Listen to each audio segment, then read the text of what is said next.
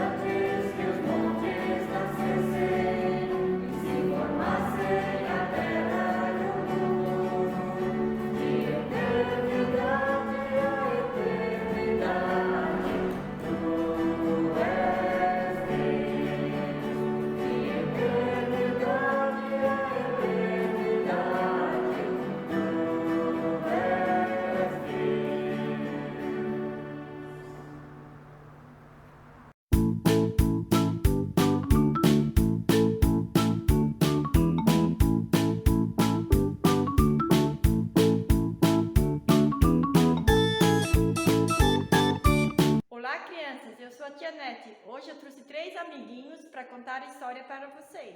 Anás, você reparou como a cidade está tumultuada? Notei sim, o povo estava todo animado com a festa da Páscoa. Anás, Caifás, ficaram sabendo das novidades? Novidades? Que novidades? Para mim está tudo do mesmo jeitinho de sempre. Uma bagunça danada. O tal Jesus, aquele que diz ser filho de Deus, está aqui na cidade. Acorda-o! Esse sujeito já está na cidade há pelo menos 5 dias e só agora você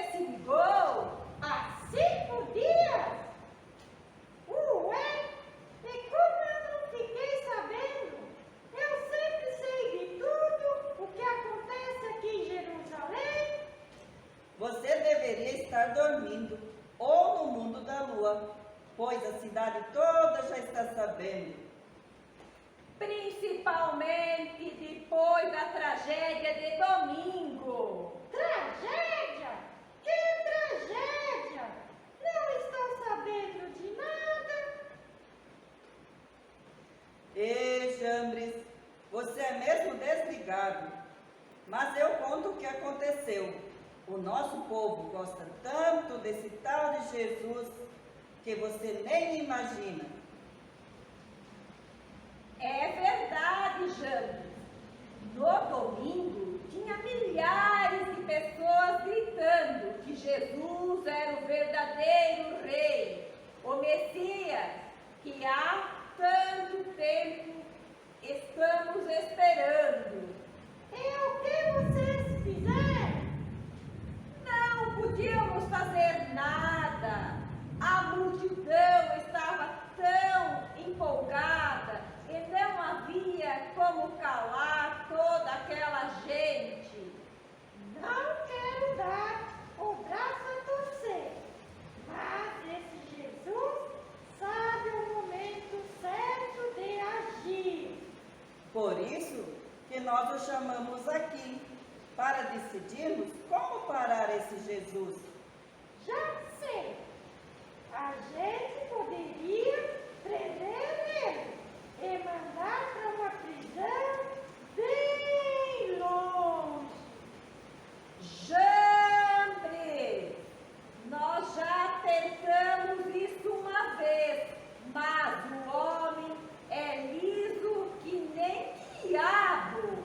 Lembra que nós cercamos muitas, mas muitos soldados e mesmo assim ele escapou. É verdade. E se eu não fosse um cabra macho, diria até que foi um milagre.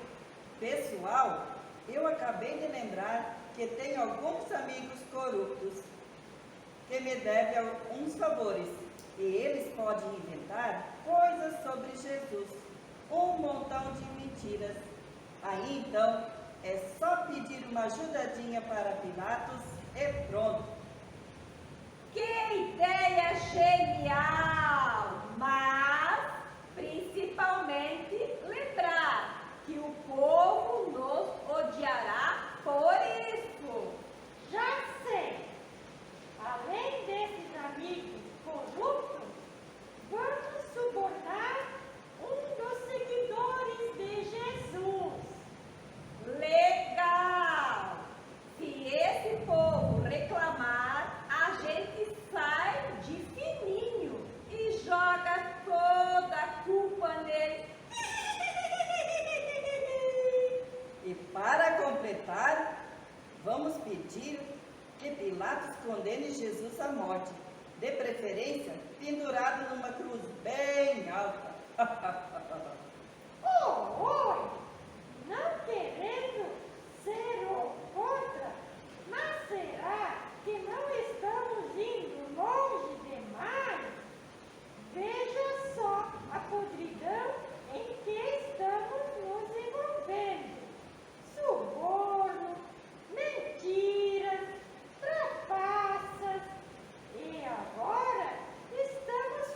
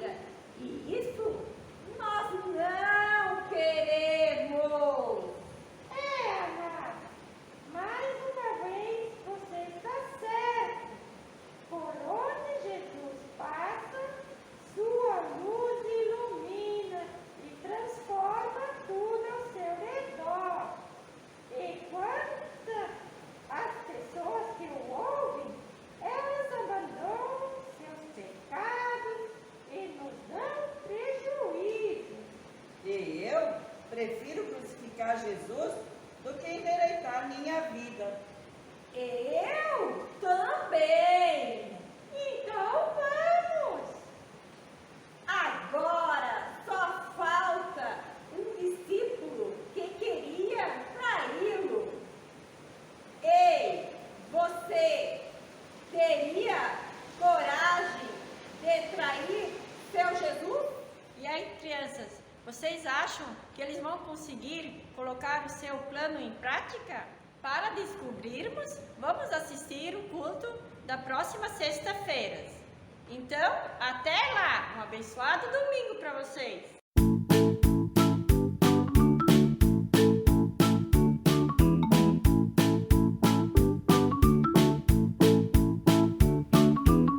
Nosso texto bíblico de pregação de hoje encontra-se no Evangelho de João, capítulo 12, versículos 12 a 16, que dizem assim: No dia seguinte, a numerosa multidão que viera à festa, tendo ouvido que Jesus estava de caminho para Jerusalém, tomou ramos de palmeiras e saiu ao seu encontro clamando: Hosana!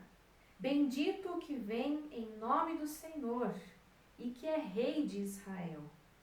E Jesus, tendo conseguido um jumentinho, montou, segundo está escrito: Não temas, filho de Sião, eis que o teu rei aí vem, montado em um filho de jumenta. Seus discípulos a princípio não compreenderam isto. Quando, porém, Jesus foi glorificado, então eles se lembraram de que estas coisas estavam escritas a respeito dele, e também de que isso lhe fizeram. Pedimos que Deus abençoe esse momento, onde falamos, refletimos, meditamos a respeito da palavra de Deus. Há pouco tempo, Jesus havia ressuscitado Lázaro dentre os mortos, conforme João 11, versículos 1 e seguintes.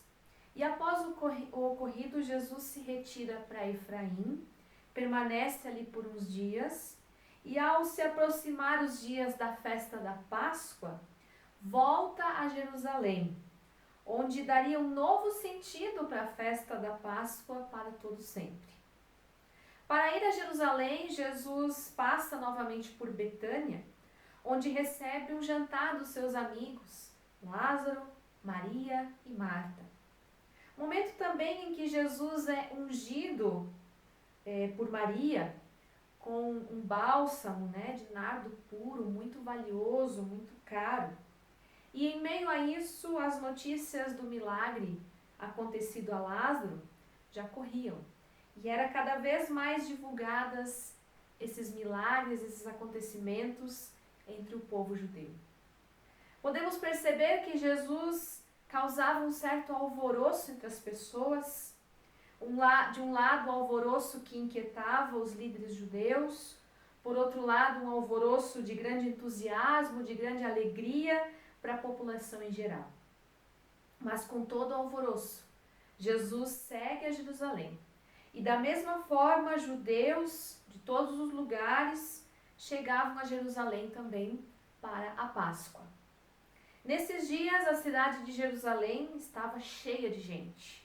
As notícias a respeito de Jesus, dos seus milagres, corriam rapidamente. Logo, uma grande multidão reunida em Jerusalém fica a par, não apenas dos milagres de Jesus, mas também de que ele próprio está a caminho ali da festa da Páscoa. E ao chegar em Jerusalém, Jesus é recebido pela grande multidão de pessoas. Aquele povo está eufórico e recebem a Jesus como um conquistador que fará justiça em favor do seu povo de uma vez por todas. Essa era a grande expectativa daquelas pessoas. E de fato esse é o clima que prepondera toda a cena. Saudavam-no com as palavras: Hosana! Bendito aquele que vem em nome do Senhor. A palavra Hosana equivale no hebreu como salve. Essas palavras são uma citação do Salmo 118, versículos 25 e 26. Esse salmo tinha muitas ligações com diferentes acontecimentos e não há dúvida de que o povo as tinha em mente ao repeti-las. Era um salmo de louvor, que fazia parte do primeiro grupo de coisas que todo menino judeu devia memorizar. Eram entoados com frequência nos grandes atos de louvor e agradecimentos celebrados no templo. E este momento da chegada de Jesus era um momento de gratidão, era um momento de louvor a Deus. Chegava o Salvador dos judeus. O povo tinha convicção de que Jesus era o Messias, o prometido de Deus. E eles estendiam então pelo caminho ramos para honrar esse Messias, o rei, aquele que conquistaria Jerusalém. Estavam triunfantes vendo chegar o Messias prometido de Deus, anunciado pelos profetas, e esperavam que Jesus, com autoridade, com poder, estabelecesse a partir daquele momento o reino de Davi. No entanto, o evangelista João, no relato do texto, conta que esse rei já não vem montado num cavalo, como era de se esperar, num cavalo de guerra, mas vem num jumentinho, símbolo de paz, de humildade. O jumento, mais do que o cavalo, simbolizava o caráter pacífico, manso de um rei de Israel. O fato em si declarava que Jesus interpretava o acontecimento de maneira diferente daquilo que a multidão tinha como expectativa. O povo não se dá conta dos propósitos de Deus. A alegria do povo se baseava numa má interpretação do que havia sido anunciado pelos profetas. Acreditavam de forma veemente que o Messias finalmente havia chegado em Jerusalém e que havia vindo para destruir os inimigos de Israel, fazendo justiça em favor dos judeus, assegurando a restauração de Jerusalém. Mas o rei supremo e real, descendente de Davi, que fora prometido diversas vezes, não vem para uma batalha terrena. Justo e humilde, seu caráter e comportamento não seriam como de outros reis do mundo. Ele defenderia exclusivamente a lei de Deus, como outros reis do Antigo Testamento já deveriam ter feito, mas não fizeram. Sua bondade o tornaria aberto, acessível.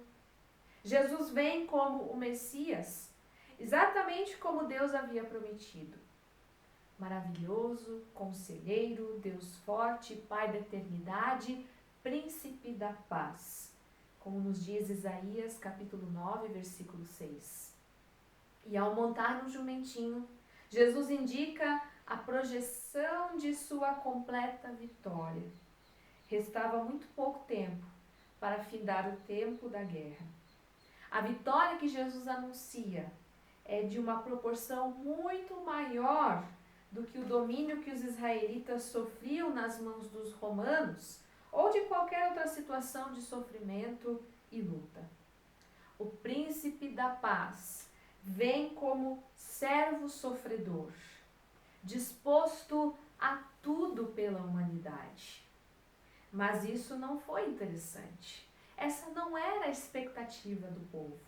Nós bem sabemos que essa multidão, ou a grande maioria dela, não compreendeu a chegada do Messias prometido dessa forma.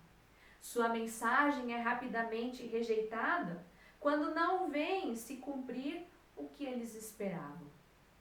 O texto fala que até os discípulos, amigos de Jesus, tiveram dificuldade. Não compreenderam exatamente o que Jesus estava propondo.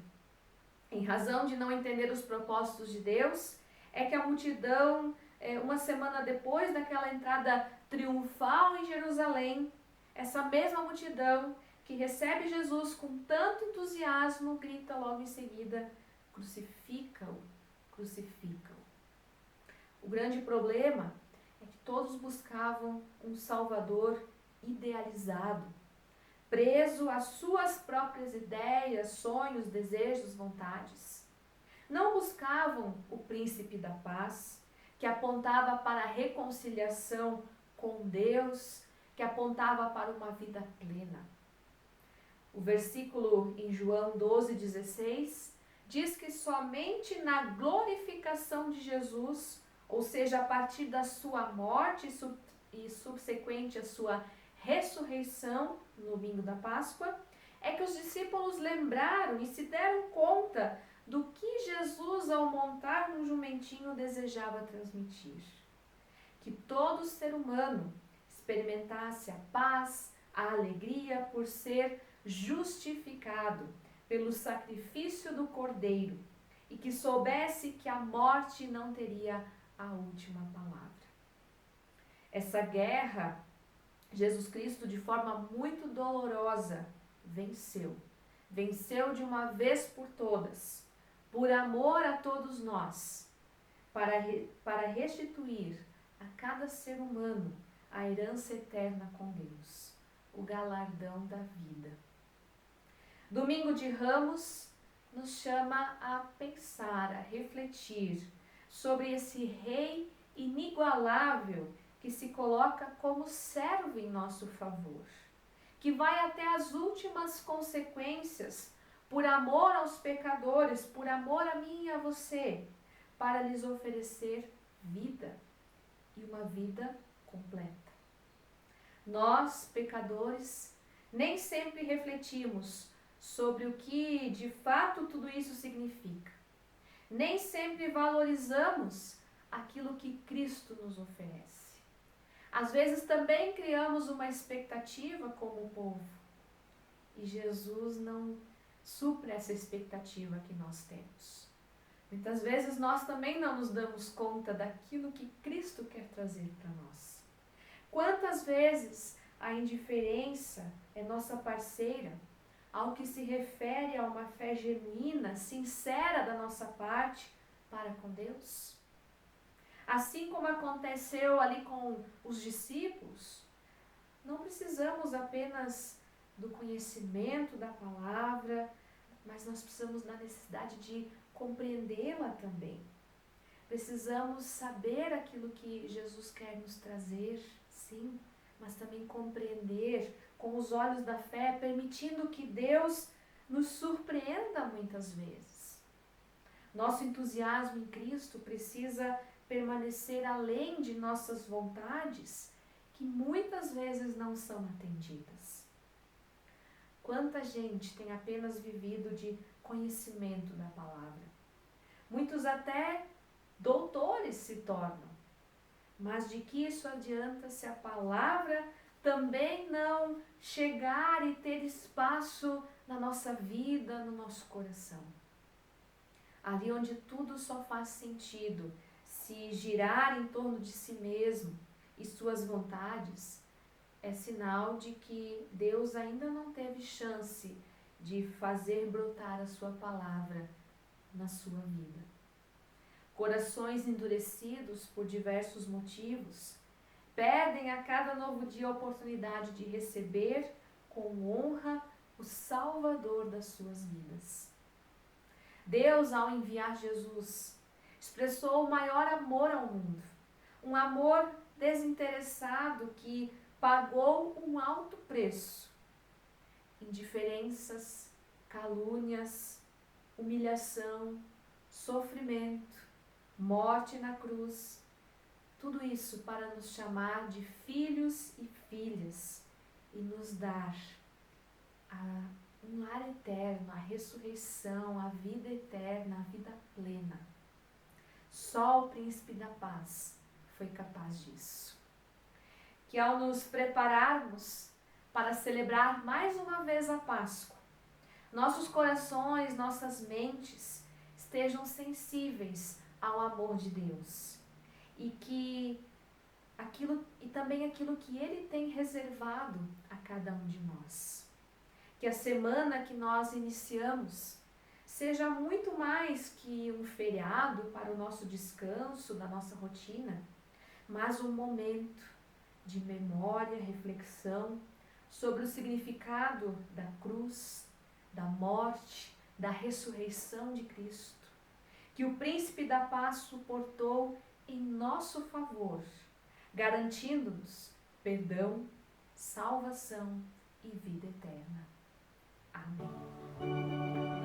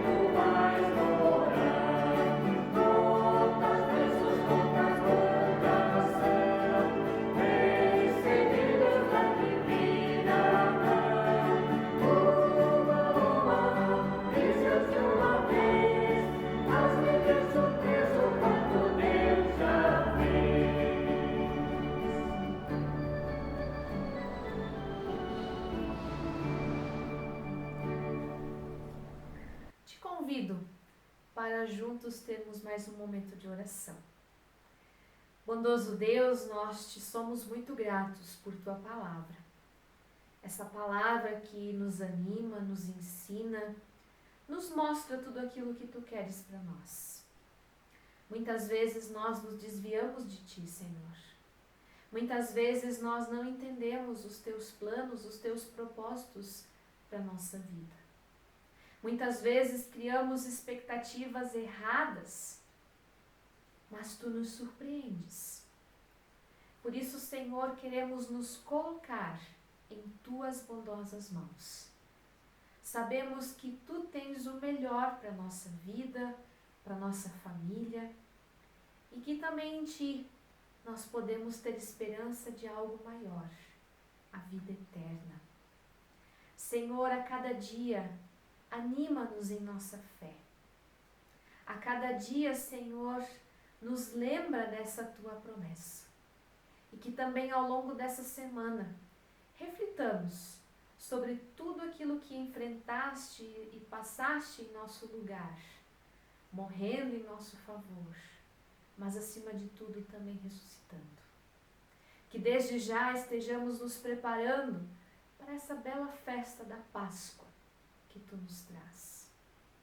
Que assim nós também coloquemos diante de ti situações que agora temos em mente, pessoas que agora lembramos, situações, dificuldades, angústias que temos, mas também diante de ti depositamos as nossas alegrias, te somos gratos pelas bênçãos que tu derramas sobre nós. Assim, Deus, esteja cuidando de nós, das pessoas que nós amamos, confiamos tudo em tuas mãos. Em nome de Jesus Cristo, nosso Senhor, nosso Salvador, assim oramos. Amém.